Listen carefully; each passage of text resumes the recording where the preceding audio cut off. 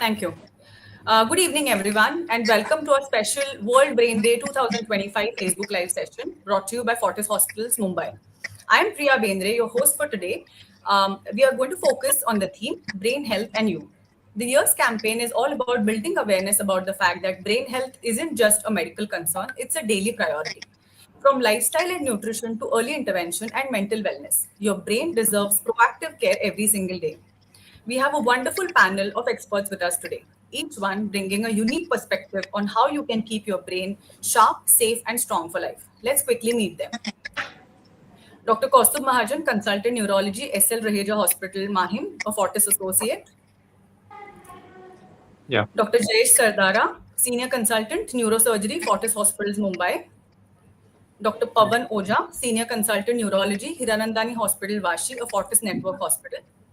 And we will shortly be joined by Dr. Rajiv Shivshankar. Throughout the session, feel free to drop your questions in the comment section. We'll be answering them towards the end of the segment. Let's get started with the first segment. Dr. Oja, could you tell us some of the early signs that people often ignore when it comes to brain health?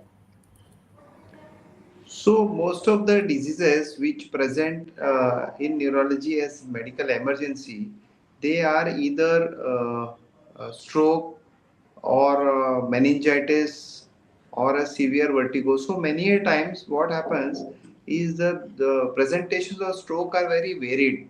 So patients may miss, that this is a stroke, and that can be as simple as little bit of a facial paralysis or little bit of a hand weakness, clumsiness, loss of balance. So these are the acute presentations. Then sometimes a hemorrhage in the brain can present as a headache, which they think Right. that it is because of acidity, migraine, or an imbalance. They can be thinking about a ear disorder, which can cause the imbalance or giddiness. In the chronic conditions, when sometimes there is a memory impairment, they may not consider Alzheimer's till the late stage, and take like home remedies for those things. And tremors, they may think that it is just because of weakness rather than Parkinson's disease. So there are a lot of Right. disorders which need more awareness as Hmm. to what are the presenting symptoms and how patients can recognize and present themselves early for treatment. Right. Okay, so my next question is for Dr. Sardara. We often think that brain conditions only affect older people. Is that true? And are young people at risk too? Yeah, nice question, Priya. So it was, we can say, one of the dictum before maybe 20, 30 years or one decades ago that the brain health uh, mostly affect the older people, but it's absolutely not true. Now in this generation, we can say immersed in last 2 decades, the brain health is becoming more worsen in younger age. I Right. must tell you there may be certain factors like we can say compared to 30 years ago now a stroke is very commonly seen in nowadays in young, particularly in, we can say, in every 20 seconds in India somebody has a stroke, which is it's very dangerous. And Right. the age of stroke is shifted from, initially it was more than 50 years, now it's shifted to 35 and 40, 50 years, around 20 years back. The change in the decades, maybe a few reasons. So one thing, younger generation more prone to stroke nowadays. Second, Right. behavioral issue, mood disorders and depression. You can see Right. in India, the divorce rate is also increased because of behavioral changes in mood disorder leads to depression that also affect their physical, social and personal life also in younger Right. generation. That is a Right. big concern not only in the Western country but in India also. So I must say there are some factors as Dr. Pawan rightly said, younger generation, the stroke it increase maybe because of cardiac disease increase, more cardiac Right. arrhythmia, more prone to embolism and stroke, carotid bifurcation, traumatic bifurcation, so pregnancy, then more and more younger generation is affecting, and drug addiction, one of the reason in the young generation, and it affect and the stroke chances. either ischemic or hemorrhagic. The chances is increased. The blood disorders, uh, we can say that kind of incidence and prevalence also increasing in now new generation. So these are the concern. Other thing is in lifestyle and behavior, particularly in junk food, lack of sleep, increased stressful and ambitious life. These are Hmm. also big concern in the younger generation, and they are more in the verge of, you know, worsening their brain health, which is rapidly in this in younger generation compared to older generation. Right. Thank you. We're also joined by Dr. Rajiv Shivshankar, who's the Director of Neurointerventional Radiology at Fortis Hospital, Mulund. My next question is for you. What is interventional neuroradiology and what does the specialty cover? Thank you, and thank you, Priya, and hello, everybody, fellow panelists. So, the question is very apt. In India, despite being in existence for almost 2.5 decades, the presence of interventional neuroradiology or neurointervention, as we could call it, is basically something which deals with a kind of life-saving emergency procedures. These are like plumbing procedures. If something is leaking, we're going to block it. If something is blocked, we're going to open it. For example, let's look at some common emergency indications where interventional neuroradiology helps. If you have an aneurysm in the brain which is bleeding, then we put in coils and block it off. The neurosurgeons do something equivalent called clipping. If there is an AV fistula wherein there is a direct connection between an artery and a vein and that's bleeding, then that's where we put in some special uh, glue-like materials to help block those bleeders. So these are some common conditions where there are leaks. Right. Similarly, there are conditions where your pipes can be blocked, and that's what Dr. Sardar was saying. Like for example, an ischemic stroke.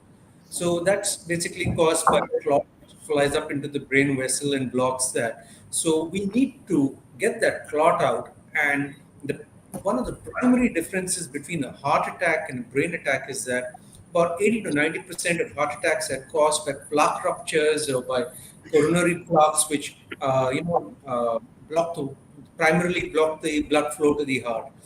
Right. Whereas a large percentage, almost 50 to 60% of strokes which are caused due to ischemic strokes are caused due to clots which fly up either artery to artery or the heart to the brain. So we need to retrieve that clot, and that's one of the procedures where we open out blocks. Of course, we do stentings, etc., too, which also are manifestations of a procedure to open out these blocks.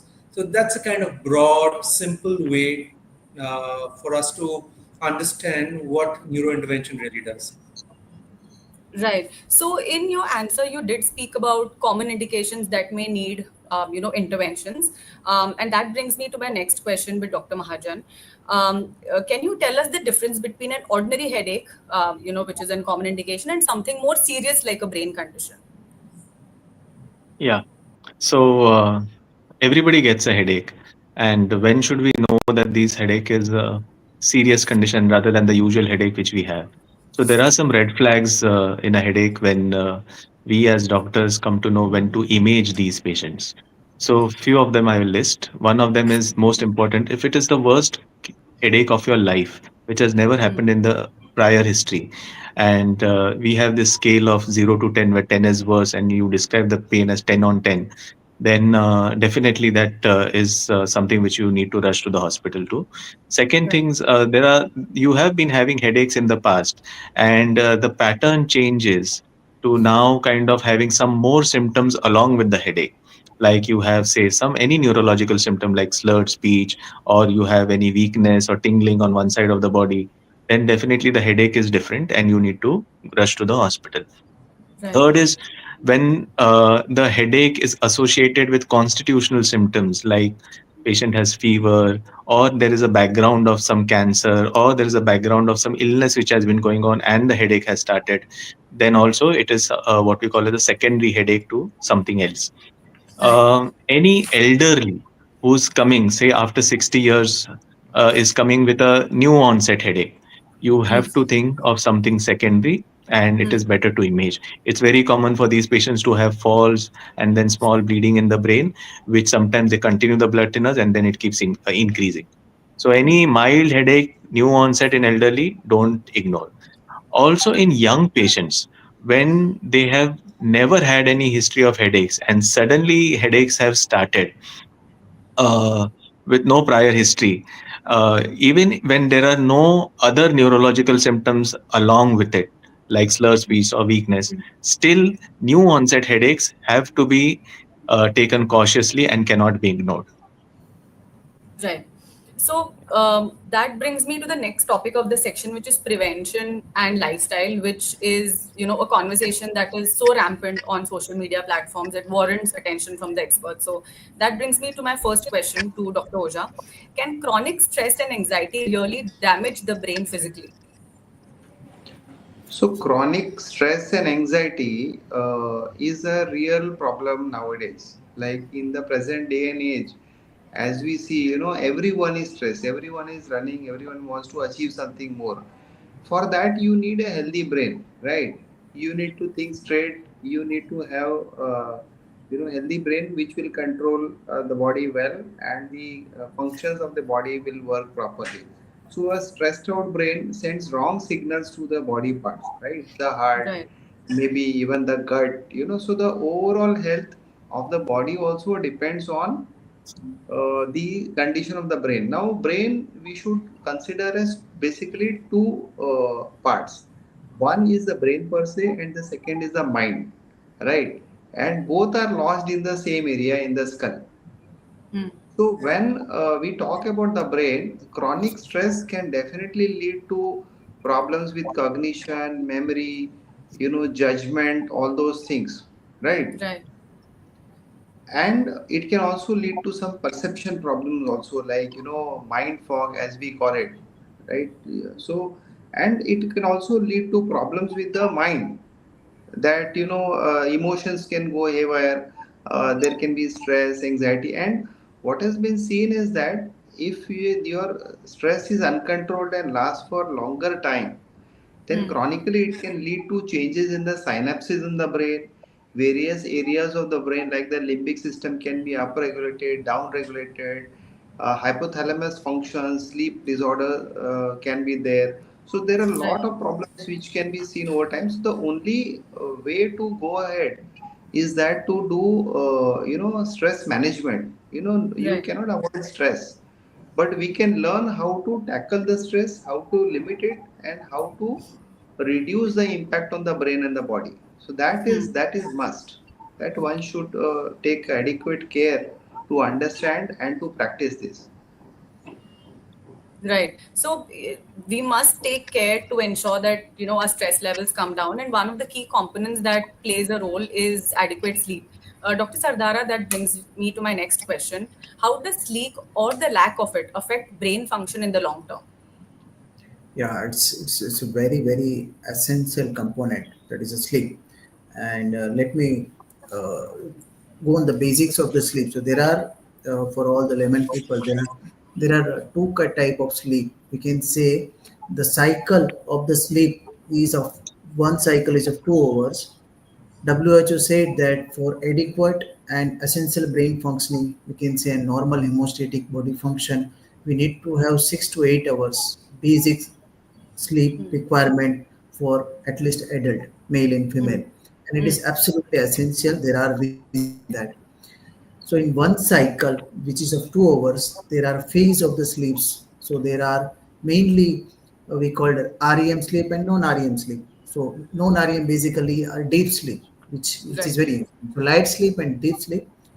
Now deep sleep. So all the human research says who have working and research on the sleeps, they have found that in the deep sleeps the brain which is important because similarly in childhood the pediatric patient, if you do a EEG, they also show the delta wave. Hmm. The delta wave suggests the brain is in regenerative function, Right. and that is most important part because in 2 hour sleep cycle there are three consecutive 2 hour sleep cycle means 6 hours. Hmm. So in that part of the phase of the brain usually regenerate. Hmm. It does a cleaning function, it does a processing function. Hmm. So पूरे दिन में जितना भी आपने suppose memory, some actions, some you can say negative things, everything brain process. जैसे gut require time for digestion properly in the night, same our brain also for rewiring and readjustment and reset function. The sleep is Right. most essential. Now, what if you have a lack of sleep? Suppose Hmm. you now there are two phases. One is acute and chronic. Everybody knows. मान लो कल Hmm. मैं नहीं सोया हूँ रात को. So there is a acute effect. आज मैं proper Hmm. decision नहीं ले पाऊंगा. There will be a lack of sharpness, lightheadedness, and all. The issue is, which is very concerning in our generation, is stressful life. So suppose if Hmm. you cut half an hour daily.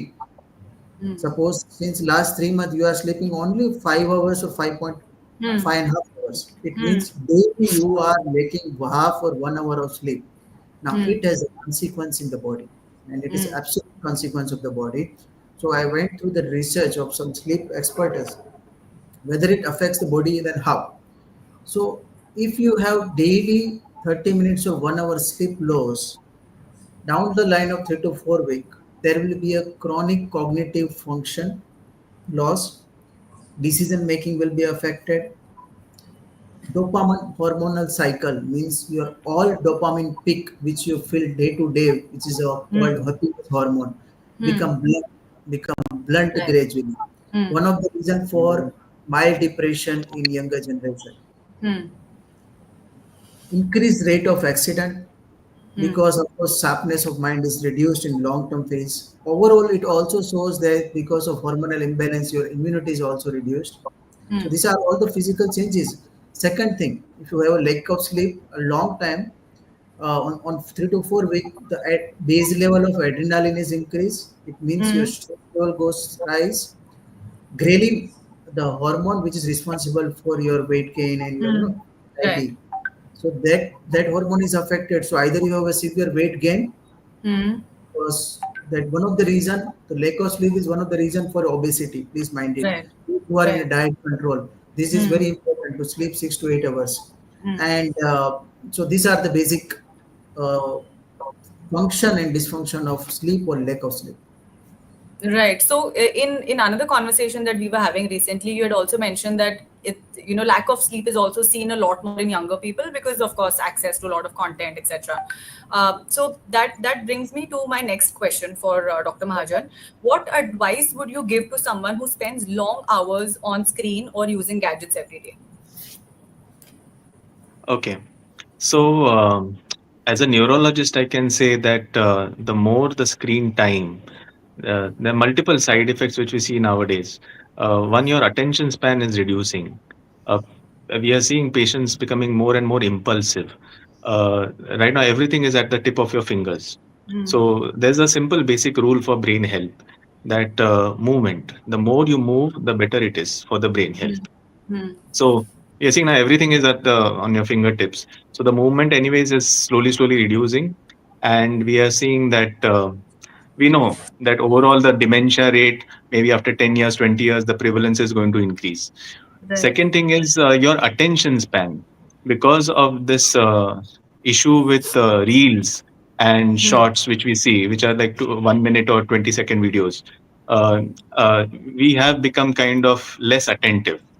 There's always something else which is kind of attracting us, and we keep shifting our attention to that. So watching a video for 20 minutes is much more difficult nowadays than because you have these shorts where you keep watching 20-second videos. Hmm. Hmm. So long term the brain will have decreased attention span, that's why decreased memory, that's why more chances of your um, synapses getting degenerated quickly. Hmm. Also, we are now loaded with information. there are too much information which we are keep getting, and probably that much is not needed. So Hmm. the brain to process so much data, and then in your night sleep, in the REM sleep, when the brain has to kind of delete this data, Hmm. Hmm. there's a lot of kind of deletion will not happen if you're not sleeping well. And Hmm. then this kind of, we call it as kind of kachara or dirt, which keeps getting accumulated over the period of years. And then Hmm. there is a kind of an immune damage which happens to these synapses. Hmm. And that's Hmm. how basically the hippocampus starts degenerating faster. Hmm. So definitely, screen time in the long term is going to affect your brains, and Right. definitely in the short term, we are already seeing how it is affecting. So, the understand that the information too much is also not good. Right. So one of the key takeaways of your response was that movement is an important aspect of brain health, and it should be prioritized. That brings me to my next question for Dr. Shivshankar. How important is regular exercise in preventing neurological disease? I think a lot that has been said by Dr. Jayesh and Dr. Pavan and Dr. Mahajan are all linked to the fact that uh, in today's day and age, we all in our practice are seeing more and more younger clientele who come with uh, diseases which are possibly linked to lifestyle. Hmm. And not only is it coronary, today we're talking about the brain. We're seeing, all of us are seeing strokes, which are Hmm. in patients who are in the 20s or 30s, who we never used to dream about seeing during our training, any of us. Right. Um, Coming to the part about physical exercise, I think it's all interlinked. Each and every facet that has been spoken about, I think I Hmm. would divide it into the tangible and the intangible. So, Hmm. what is tangible? Tangible is something like what we can feel. So it's like something that we can see. It's diet. Right. We Right. know that diet is very important. Okay, what we can see is again like something like exercise, and the intangibles that have been spoken about are like stress and anxiety and sleep. Okay, Right. so now coming to the pointed question about physical exercise, it's super important. Hmm. There seems to be a connection issue. Dr. Rajiv? Okay, maybe we can move on to the next segment while we figure out the technical glitch. So Dr. Rajiv was typically speaking about the patients that are being seen in everyday practice, and what are the kind of observations that are therefore being made. So that brings me to my next segment, which is condition specific. I can begin with you, Dr. Mahajan. What are the most common neurological issues that you're seeing in your practice today? Oh, so when I was in my residency, I used to see more of neuro infections and neuro strokes, and usually the tropical infections, viruses and bacteria. But now we are seeing this kind of a shift in our neurology practice where I see more of patients with dementia, more of patients with strokes, young strokes, Hmm. and what we call as neuro autoimmune. Hmm. So a very big shift is happening where we are seeing more of autoimmune disorders in neurology than the Right. neuro infections which we used to see earlier. So this Hmm. in a way tells us the trend of our lifestyles where we are kind of upgrading ourselves to a more better lifestyle where the infections have gone down now, but definitely this is causing and making our immunity, because of certain stressors, our immunity is not in sync with our health, and the brain Right. is getting affected more and more. Right. So neuroimmune, neurovascular in the form of strokes, and cognitive degeneration happening more quickly in the form of dementias and Parkinson's. So these are the things which we see more. Obviously headaches have always been more as the Right. uh, bread and butter for neurologists. Okay. Dr. Shankar, there was a technical glitch, so you couldn't complete your answer on physical exercise. Do you want to continue and then you can take on the next question? So, what I was saying is that pointedly coming to the physical exercise part of the um, equation, I think physical exercise is a common thread as to all lifestyle diseases, which could include heart attacks, strokes, etc. So, why is physical exercise so important? Not only does it curtail things like obesity, but it's also got a complex interplay with the hormonal mechanisms. And those, like we know, are linked to our body's well being. Now, without getting into the details of that, there is, we've all heard about the dopamine surges after a good workout. Now, that's not only to keep us feeling good, but there's also a complex interplay of catecholamines, of cortisol, of other vital hormones which uh, keep the heart, the brain, the blood vessels, our livers, our kidneys, which are all interrelated, they all stay in sync because of this. Now, it's not important for a layperson to know that how it does that. What is important to know is that why we should exercise and Right. and how much should we exercise. I'm always asked, okay, if I exercise once a week, is it enough? Or if I exercise 5 times, and should it be like super intensive? So it's the key word to exercise is consistency rather than the intensity. Right. Even if we go for a regular walk twice a day for 15 to 20 minutes, that consistency is what is going to get our body's clock in order. Right. And that is going to, get our body's health in order and reduce the number of diseases. We don't, there's another small facet that I want to add is that, when we do angiographies, etc., I see sometimes 40-year-olds who have arteries which look like those who are 80-year-old. On the other hand, I see 80-year-olds who have the arteries of us like 50-year-old. Now, why is the difference? The difference is the common thread I've seen is that the elderly subset who have exercised and looked after their health, for some reason, there is an arterial tonicity, the elasticity in the blood vessels, which is very important to keep your blood pressure, etc., your autonomic control, that remains preserved. On the other hand, even if I have a thin patient and that same patient has never exercised for a very long time, and I do the angiography, I find that the arteries are very tortuous, they've lost their elasticity, and they look like those who are in the 80s or 90s. So physical exercise is extremely important, and the key is consistency. Even if you're doing less amounts, it's fine, but do it regularly.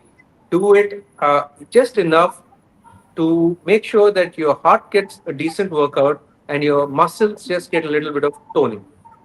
Right. So the baseline is consistency. That is the key to right.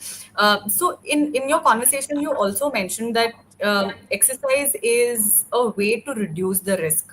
It is a way in which people can actually delay onset of various neurological disorders. So that brings me to my next question for Dr. Oja.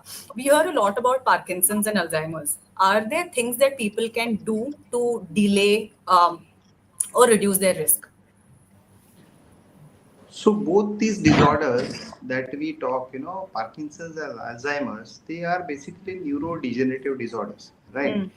So Alzheimer's disease deals with memory and its allied aspects, and Parkinson's disease deals with the movement disorders. So you become slow, tremulousness, pace of the things become slow, and sometimes falls can be there. Dementia can also come later. So how to? The question is how do we act so that in the long run one can avoid or delay getting Alzheimer's or Parkinson's disease, right? So in basically in Parkinson's disease, there is this degeneration of the neurons which produce dopamine. And both the things, the common thing is that one can have a healthy lifestyle, then maybe daily exercise, walking, eating right, eating healthy, avoid stress. All those things are definitely there. Other than that, in Parkinson's disease, there is also some evidence that environmental toxins, insecticides, pesticides, they have been shown to cause or they are associated in the long run with the Parkinson's disease. So it would be a nice idea to try and avoid pesticides in any form, and be on the lookout to consume organic food and stay away from the toxins. So that much for Parkinson's disease, and also for Alzheimer's disease. Other than all that we have spoken about, Hmm. the healthy lifestyle, eating, and all those things, Hmm. one thing would be social engagement. So the Right. more people you interact with on a Hmm. day-to-day basis, that Hmm. means avoid loneliness, go out in the Hmm. community, speak to them. Hmm. That itself will take care of lot of this Alzheimer thing. And other than that, keep your brain active. So active reading rather than passively scrolling on the screen, Right. then solving mathematical puzzles, Sudoku, all those things. So as much as engaging in music, then so those are the things which we can do. One can Hmm. do to try and avoid getting or delaying the onset of Alzheimer's and Parkinson's disease, neurodegenerative conditions. Now, in Alzheimer's disease, we also know that sometimes brain injury, or the risk factors which can cause Alzheimer's disease, like vascular risk factors, Hmm. like high blood pressure, diabetes, Hmm. then sometimes other things like smoking, alcohol. So those Right. things. Then again, about air pollution. This has been there in the news for quite some time, Hmm. that air pollution significantly contributes to the development of neurodegenerative disorders, especially Hmm. Parkinson's disease. Try and get as much as low air pollution lifestyle. So that means that people who are in the villages, or people who have second homes, go and live outside the town Hmm. frequently, they may Right. be at lower risk of getting Alzheimer's disease. So these are Hmm. my points. Right. So you're saying there are various steps that people could take, and various practices people could adopt to actually slow the progression or sort of bring down the risk.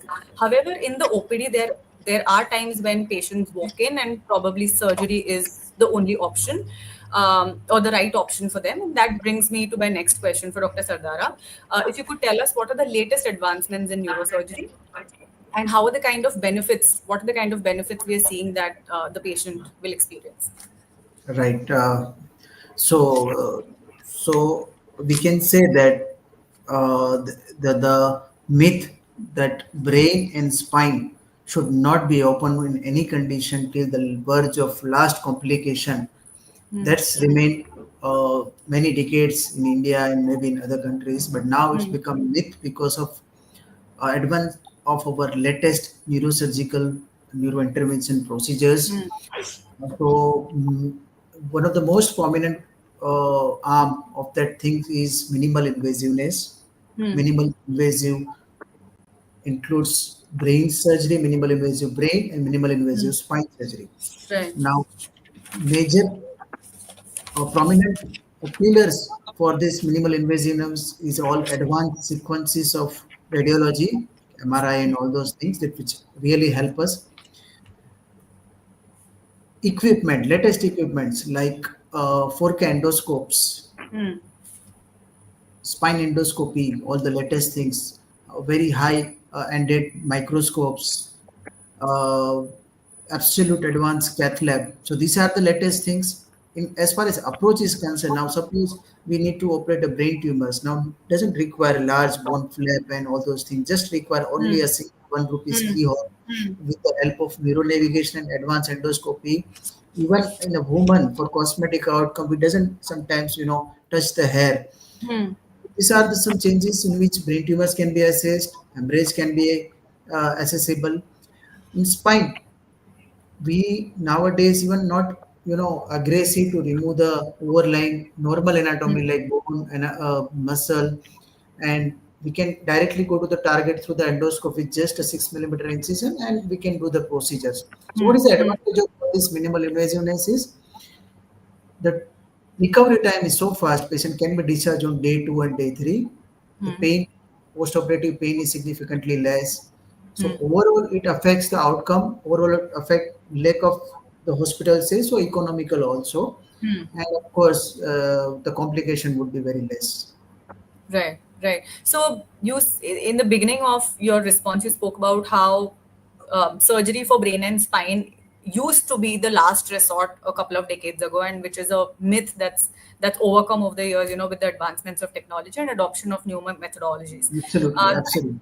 Right, right. So that brings me to my next segment, which is about myth busting. So these are questions that we received, from some of our viewers. So quick responses would really be helpful. First one is for Dr. Ojha. Forgetfulness always means dementia. True or false? False. So Dr. it is Sorry. about there can be a forgetfulness like a absent-mindedness in the people who are very busy, or it can be because of in the elderlies that they have a normal forgetfulness also. Hmm. What should worry us is if there is a forgetfulness which is impairing day-to-day activities or functioning in your office, right? And Right. second point, if it is leading to a progression of symptoms. So Hmm. earlier somebody was only forgetting maybe stuff. Later on they started forgetting messages, and later Hmm. on they also started forgetting events. So this Hmm. progression of memory loss, that would be significant, so that anyway all memory loss should be brought to the doctor, and assessment should be done so that we know for sure that this is not a some memory loss which is because of any disease. It Hmm. is just the regular normal memory impairment that can be seen as absent mindedness or in elderlies. Got it. Next questions for Dr. Shivshankar. A brain aneurysm is a death sentence. True or false?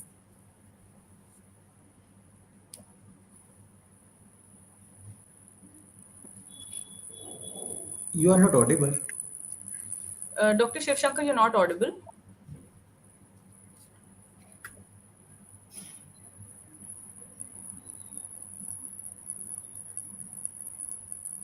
We still can't hear you.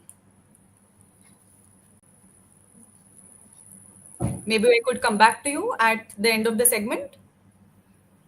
Um, Dr. Sardara, the next one's for you. Brain tumors are non cancerous and treatable. True or false? False. I must say that brain tumor is of two type, benign and cancer, and this is the myth that all the brain tumors are the cancerous. In fact, majority of brain tumors are benign, not the malignant, and absolutely treatable. Understood.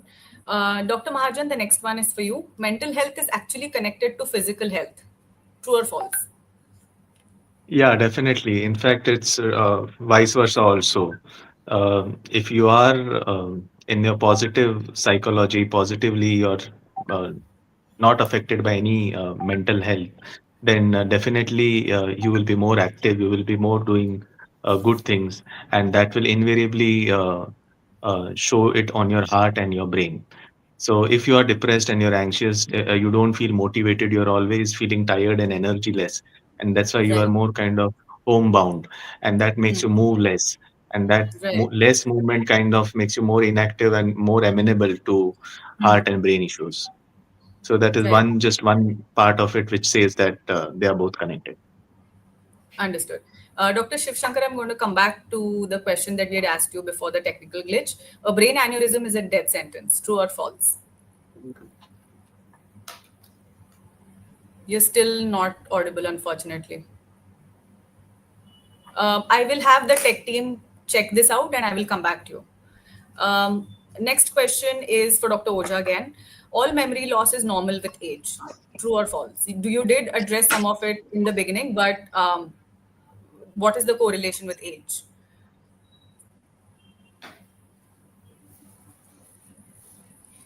Dr. Oja also seems to be experiencing Disappear. some kind of technical glitch. So I'll move on to the next one. Dr. Sardara, the next one's for you. Stress doesn't cause physical changes in the brain. True or false? It's a false Stress because stress doesn't cause physical changes to the brain. True or false? it's a false because on the long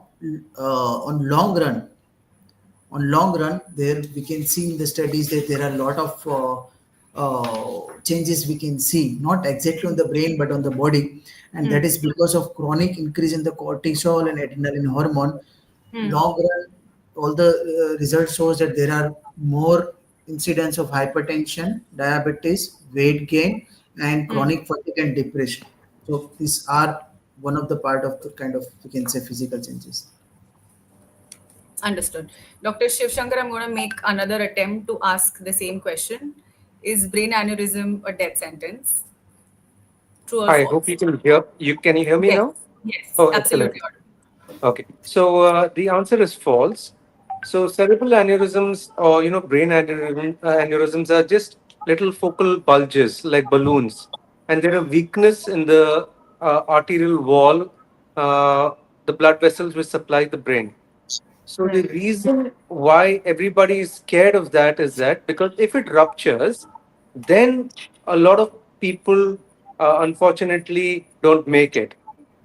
So the question actually is that does somebody who has gone in for a headache evaluation and gets detected with an aneurysm, should he think that, oh my God, I'm not going to live for the over the next year? So the answer to that scenario is that it is false.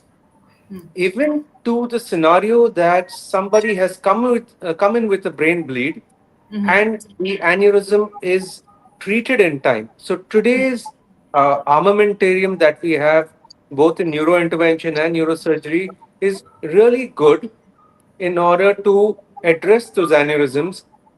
Just about a decade ago, we were struggling with certain aneurysms which had morphologies which couldn't be clipped or coiled.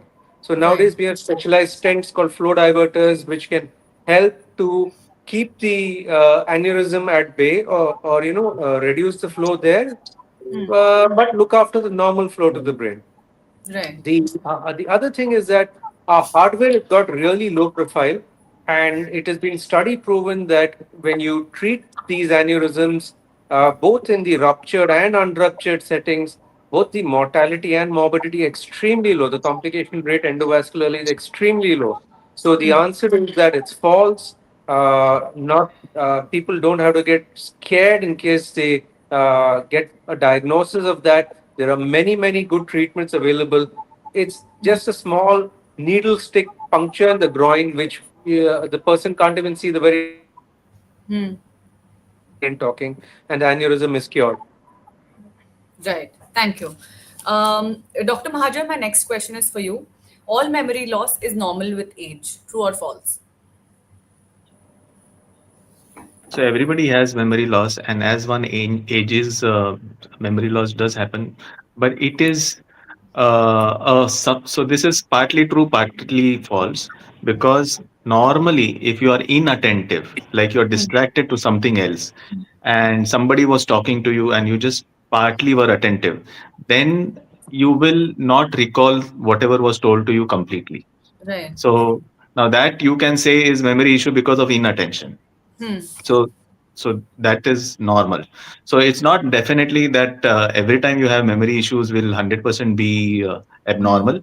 um, but as Dr. Pavan had pointed it out, there are 3 4 red flags when to understand when your memory issue is abnormal. So one is, and the trick here over is that when a person is forgetting or is going towards dementia, the patient forgets that he is forgetting, and Right. that's why it is always the attendants and the close relatives who are the ones who will take the patient to the doctor that he is forgetting.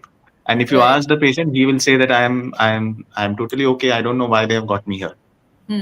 So if that kind of scenario is there, definitely that patient is going towards dementia.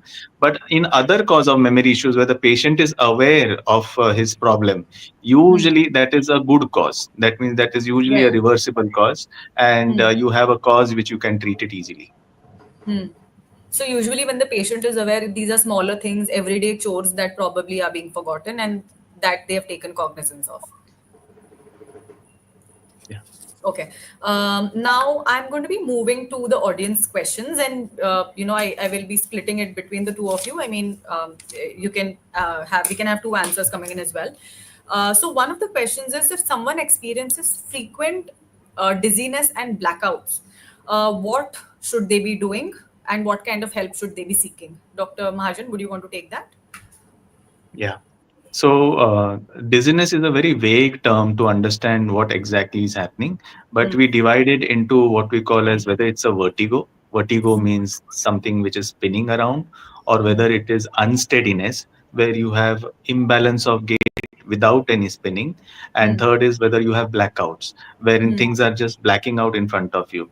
Hmm. So, if it is vertigo, Hmm. like things are spinning around, then Hmm. there are many reversible causes for it. There's nothing to worry. We divide it into whether it's a central vertigo or a peripheral vertigo. That means, is it Hmm. coming from the brain or is it coming from the ears? And that Hmm. can be treated accordingly. Also, Hmm. not all vertigos need an imaging, but if it is going towards what we call a central vertigo, then we Hmm. may need an imaging. Hmm. So the second cause, which is unsteadiness, now that is something which is more important to be cautious about, where Hmm. patient is saying, "I'm feeling dizzy," but actually is unsteady in his gait and he has imbalance issues. So yeah, Right. definitely, it is secondary to something where you need an imaging and a thorough evaluation in the form of nerve tests and reflexes on neurological examination. And the last, or the blackout, which Hmm. is basically that things are blacking out and you're tending to fall because the vision is going down. So this is can be a cardiac issue where we call it as a pre-syncope. That Hmm. means before a fainting spell, when Hmm. your BP is going low and blood is not reaching the brain enough globally, then Hmm. you start getting these warning symptoms in the form of blackout. It Right. usually signs your BP is on the lower side, where if Hmm. you sit or lie down, you feel immediately better. Or Hmm. if you continue standing, then the BP falls, the brain doesn't receive blood, and the brain makes you fall then, so that the brain receives blood. So that is Right. kind of a warning of a fainting spell blackout at times. Right. And in all these three cases, seeking immediate medical aid is going to be prudent.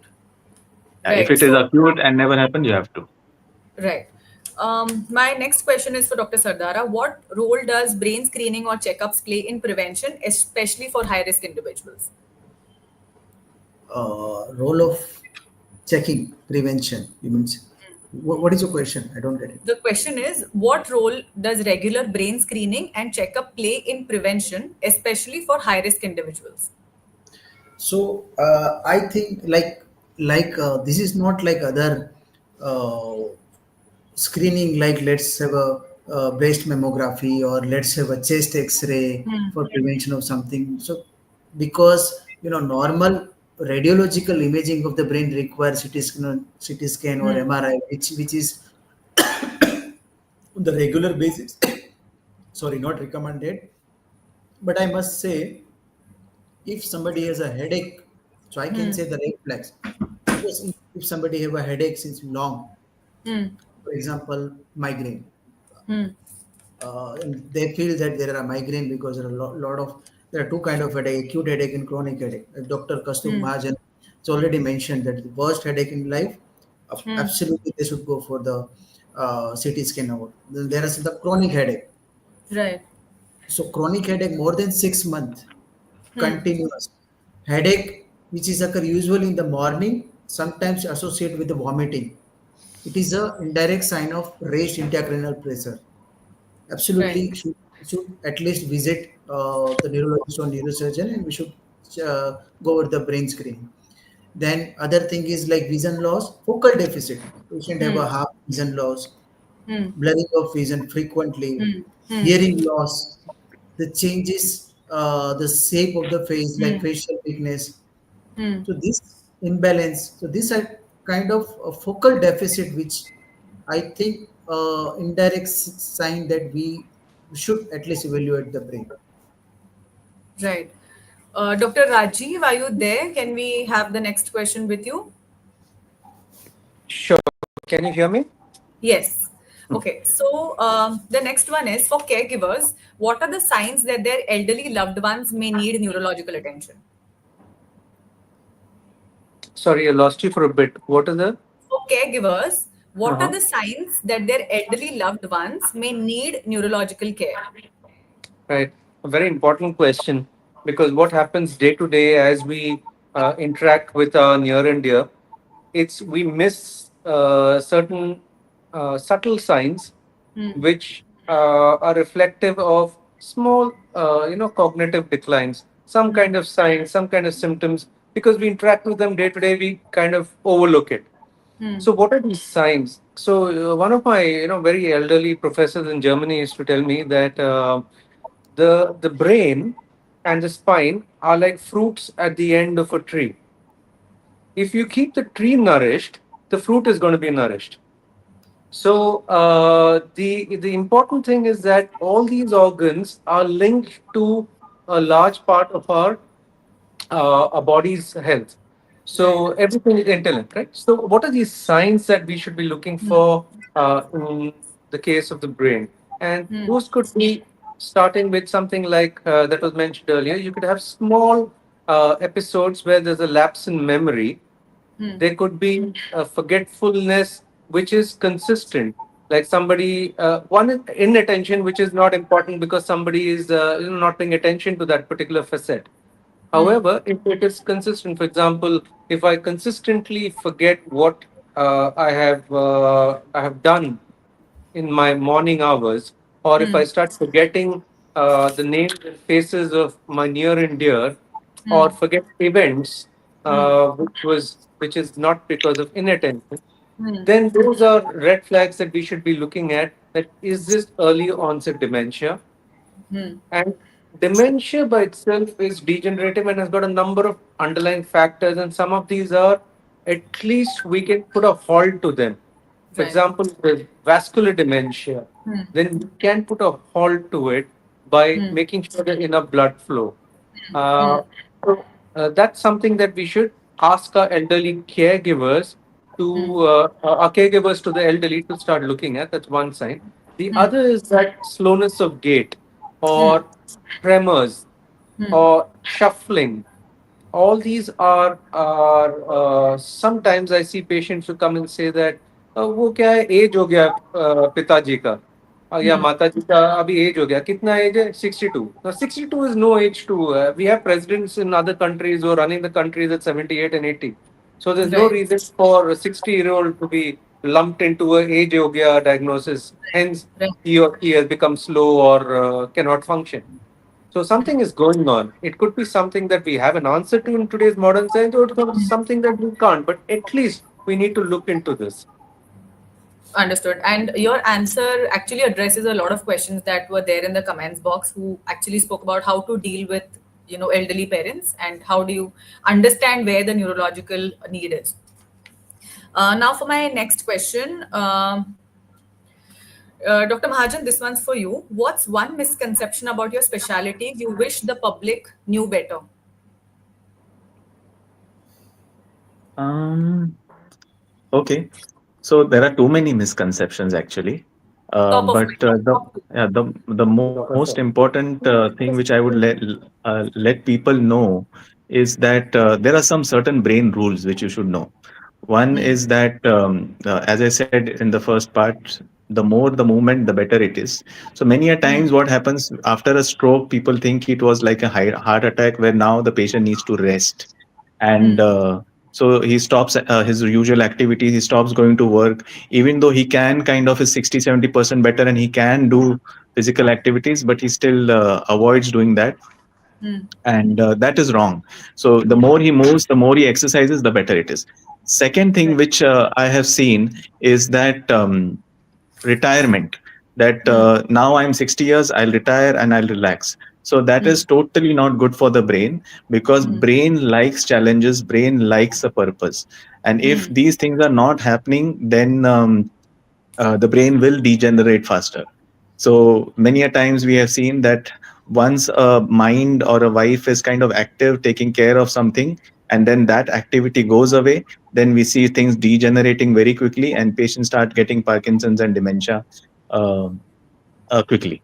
So retirement per se is not good for the brain. That's very very interesting, because like I said, most of the questions in the comment box were about managing adults who are seniors. So my next question is for all three of you, and this comes from the audience. If the audience has to do this one thing to improve their brain health today for the long run, what is that one thing that they should be doing beyond exercise, sleep, and reducing screen time? Because we've spoken about that before. Dr. Rajiv, you want to take that? Dr. I would Shankar. like to say do a mental puzzle a day. It could be Sudoku, it could be the crossword, but it's like Hmm. mental gym. We Right. go to the gym, we do physical stuff, but to keep the mental faculties alert, you should do mental gyms. And like Dr. Kaustav rightly said, it's taken that retirement is kind of a time to start decline, which is not good. Hmm. So do a crossword a day, do Sudoku, play games, Hmm. mental, Hmm. play chess. It's fantastic. Hmm. Hmm. Mental gym. Dr. Sardara? Two things I would like to add. One, dopamine detox, absolutely important for this generation. We usually we should have a list which things we are doing daily which give us a dopamine peak. We Hmm. all are addicted by some or other ways, and that will affect not only our normal health but also we are welcoming all the chronic Hmm. brain diseases. Hmm. Dopamine Government has something. one kind of technique we should all exercise at least for 1 or 2 weeks. Hmm. Make a list of the dopamine addict what the person are, then Hmm. at least try to for 2 weeks just have an exercise that like for example social media, for example addicted for social media and give a small dopamine peak. Hmm. Okay, uh, keep after 8 or 9 just keep the phone in the somewhere else, like Hmm. small example. So this Right. dopamine detox will reduce long dopamine peak day to day life and it will make your life very very happy.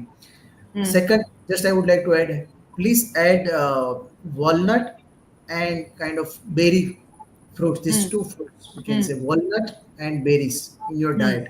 These are the very Right. strong antioxidants. Berry Right. and walnut, Walnuts. Right. strong antioxidants. It will help you in a long chronic way. Right. Dr. Mahajan, do you have an answer for us as well? So I would just say one thing: brain likes challenges. Hmm. So challenge your brain in any way you can. Hmm. So the contest which you were thinking you will like to do, just the marathon which you thought you would like to do, Hmm. take that challenge and do it. So whenever you are in your comfort zone, is not good for your growth of your brain or Hmm. overall physically and personally also, and that is very very true for your brain. Where if you Right. take challenges, learn a new language, learn a musical instrument, take off that challenge which you're always wanting to do. So if Hmm. you keep doing these challenges, believe me, your brain will be happy and healthy. Right.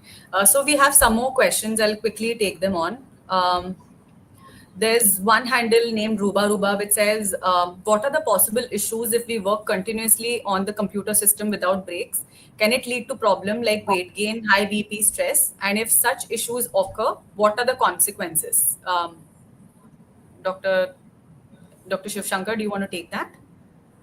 So, this is a very relevant question for a large part of our young and middle-aged individuals who work in sectors like the IT, BPO industry, etc. Hmm. We Hmm. see a lot of people who come for imaging.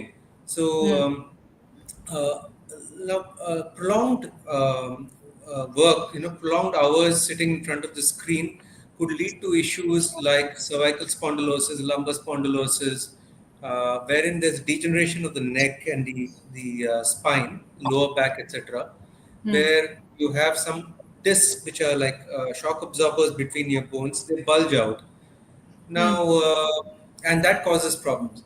The Hmm. other thing is that there is a reduction in the circulation, so that predisposes to a lot of stagnation of blood into the calf veins. So, Hmm. what is recommended that every 20 minutes nowadays, what's Hmm. getting very popular in Eastern Asian countries is the sitting and standing desk, where every 20 Right. minutes the same desk goes up and they can stand on it. Hmm. Then it's a yes, yes, no, no movement. Every 15, 20 minutes, do a yes, yes, no, no movement, which resolves a spasm in your neck, especially when Hmm. you're working a lot on Right. screens, etc. And that also removes the tension in your muscles and Hmm. prevents long-term issues. The third thing is that now a lot of work, if possible, can be done walking. So Hmm. rather than spending 12 to 15 hours and getting mentally exhausted in front of a Hmm. screen, and then saying that, I'm really exhausted, which is true, but then I can't go to the gym and I can't go for a run because I'm exhausted. That goes to a vicious cycle wherein a guy starts putting on weight, he goes back to work, he eats on the go, he's eating on Hmm. the job. So it's important to stay disciplined, get your meal Hmm. timings in order. Don't mix the two, don't eat on the job because you won't even realize what you're doing. And eat a very balanced meal. uh, Walk if you can work. So work and walk is another good adage to go by, Hmm. where you burn calories as you do that. You're also not sitting a lot, so it's not bad for your back or your Right. spine, and that also keeps your weight in check and prevents long-term issues. Also, screen time, must remember, affects your eyes. There's a lot of accommodation and muscle spasm of your eye muscles which go on when you keep focusing on the screen. So it's important to look into the distance, break that spasm, and then come back to the screen. Right. So one of the commonly recurring questions I see in the comments box is about continuous exposure to screen and constant sitting that usually happens in the corporate setup. How does one address that? Hmm. Yes, So, Dr. Sardara. uh, screening time. So we have talked a lot about that. Just I Right. want to add what Dr. Rajiv said very truly. Hmm. There is a myth that in the office desk, in our chair, we should. It's better to work and better to keep our position straight. Hmm. That is the complete myth. Hmm. Normal physiological shape of the spine, which have made by God, is not straight. It is like a reverse C, and then reverse C, and it is Hmm. made physiologically. So Hmm. we should, if you want to sit along, then we should Hmm. accommodate our spine in that physiological manners only. So it means Hmm. that your lower back should be supported, and your neck, if possible, at Hmm. least majority of ours should be supported well. Hmm. That's solve many problems in a long run. One more Right. issue to add, that try to keep your desktop or laptop at height Hmm. so that your cervical spine remain straight. Hmm. It will avoid the evening kind of muscle spasm. You Right. always notice that in evening time at the end of the day you will find this kind of pain here. That is Hmm. absolutely because your muscle, the back of the neck, is Hmm. working to Hmm. your spine physiological way, and you Right. can prevent it if just you have to do is just keep it at high position. Your Hmm. majority of problem is solved for that. Hmm. For screening time, I just want to add, uh, our the in this generation usually we commonly heard that problem that मुझे रात को नींद जल्दी नहीं आती, Hmm. देर तक नींद नहीं आती. Hmm. Most common reason behind that is our melatonin cycle is disrupted. See, after 9, after dinner, our our body and brain is functioning. Melatonin should be reduced. Melatonin is hormone which is responsible for sleep. Hmm. Hmm. That is stimulated by Hmm. light on the face, light of the eyes. Hmm. So after dinner, once you are going the bed, in the last hours, if you are watching any light, yeah, for example, Hmm. screen and mobile and whatever it's expose Hmm. you, it will never allow melatonin to break down. One Hmm. of the common reason your sleep cycle is disturbing. So Right. after just last hour of the bed, please avoid any kind of screen and lights. Understood. So that brings me to the end of the audience questions and the end of the segment. Thank you so much for sharing insightful feedback on all the questions that we had for you. For the viewers, if you have any additional questions, please do drop them in the comment box and we'll have them addressed for you. Again, thank you so much for joining us today. Thank you, Dr. Rajiv, Dr. Jayesh, and Dr. Mahajan. Thank you. Thank Thank you, you. Priya, Thank you Dr. very much. Mahajan, and Dr. Raju. Nice. Thank you. Thank you very much.